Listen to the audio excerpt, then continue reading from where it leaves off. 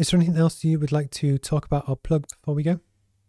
I did actually. I just to embarrass you a little bit, Steve. It's okay. I I just wanted to really talk about the MBA roadmap, Okay. and I'm a big fan of this. I think that's how sort of we establish contact as well, because I've always really been keen on doing an MBA, but I just haven't had the ability or the means, to put it quite bluntly, to undertake Hmm. that. Hmm. So, it's been a breath of fresh air, and it's an objective that I've set for myself next year to go through the roadmap. So thank you very much. But Okay. I just really wanted to kind of feedback the importance of what you've established here. I don't think a lot of people know this, but my beginnings are very, very humble. Hmm. I was raised by my mother and my sister.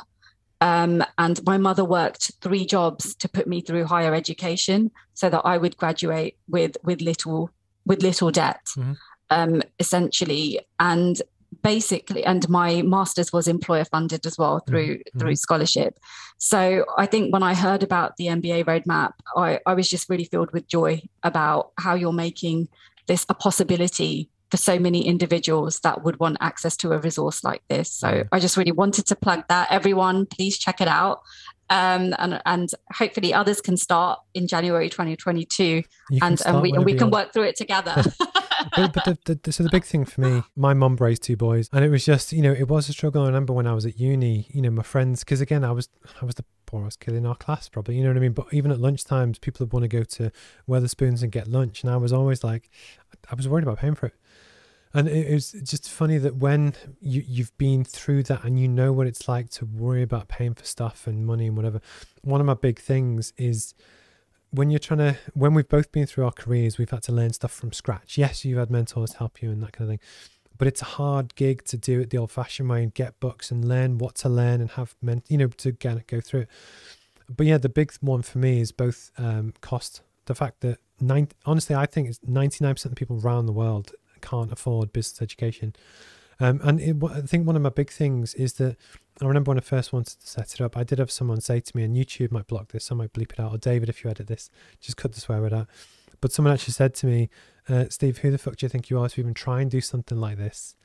And my point is, there are millions and millions of people around the world that just want that little bit of help to grow their business or career, to get out, I'm not going to say poverty, but just to get out of their situation, to make a better life for themselves. And 99% of people can't afford the traditional routes, or even if they're lucky enough to get a scholarship or whatever, they can't give up work for a year or 2 years.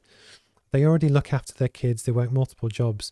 To go and read through a 400-page textbook on finance, they can't do that. And the point is trying to just make business education accessible to people in ways that they can learn, and the fact they can get a free copy anywhere in the world. But it's that balance of, yes, if you can afford a proper MBA, do it. But if you can't, there are options there to learn the skills that, yes, you might not get a fancy certificate, but it's just, I'm doing it because I'm passionate about it, and it has nothing to do with making money. But the hope is it's just ways and means to kind of, hopefully for me to make a difference. So. Well, I think it's a step and an example of taking financial barriers away to learning. Hmm. And wouldn't it be great if there was a multiplier effect in that?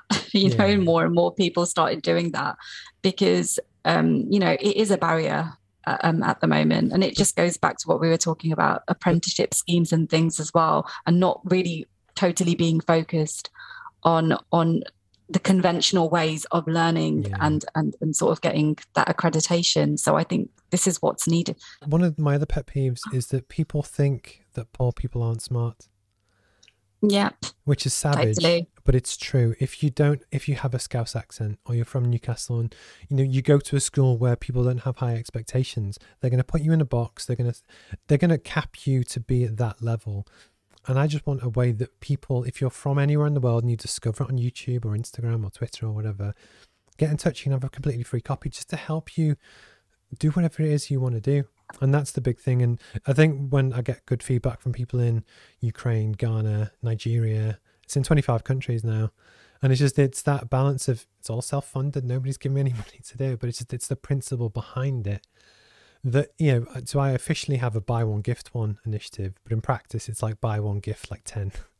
You know what I mean? But that's the mission, and it is about helping people. That, touch on wood, I can only launched it in February, so I'm not going to be too hard on myself, but it's that balance of just doing my best